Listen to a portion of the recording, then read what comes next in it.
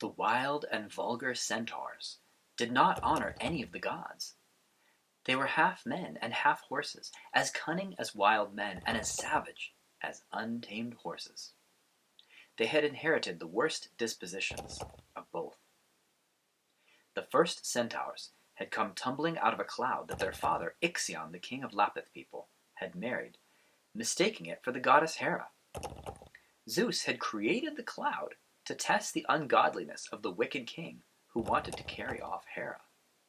Ixion was severely punished for his ungodliness.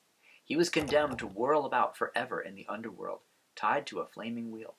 But his offspring, the Centaurs, remained on earth as a scourge to the Lapith people.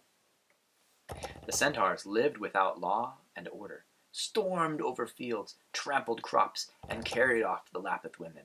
And they ate raw meat. The young Centaurs were no better than their elders. They were poorly brought up by parents who kicked them and spanked them and left them to fend for themselves. There was one Centaur who was kind and wise and was fond of children. His name was Chiron. Though he looked like the other Centaurs, he wasn't related to them at all.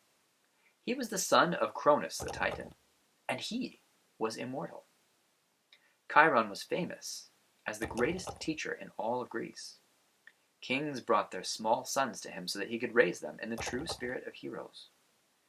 In his quiet cave on Mount Pelion, he taught them manly sports and how to use the healing herbs of the earth and how to read the stars in the sky. All his pupils returned to their homes, exceeding their fathers in courage and knowledge.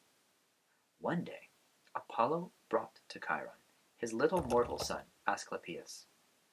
His mother, a Lapith princess, had died, and Apollo asked Chiron to raise the boy.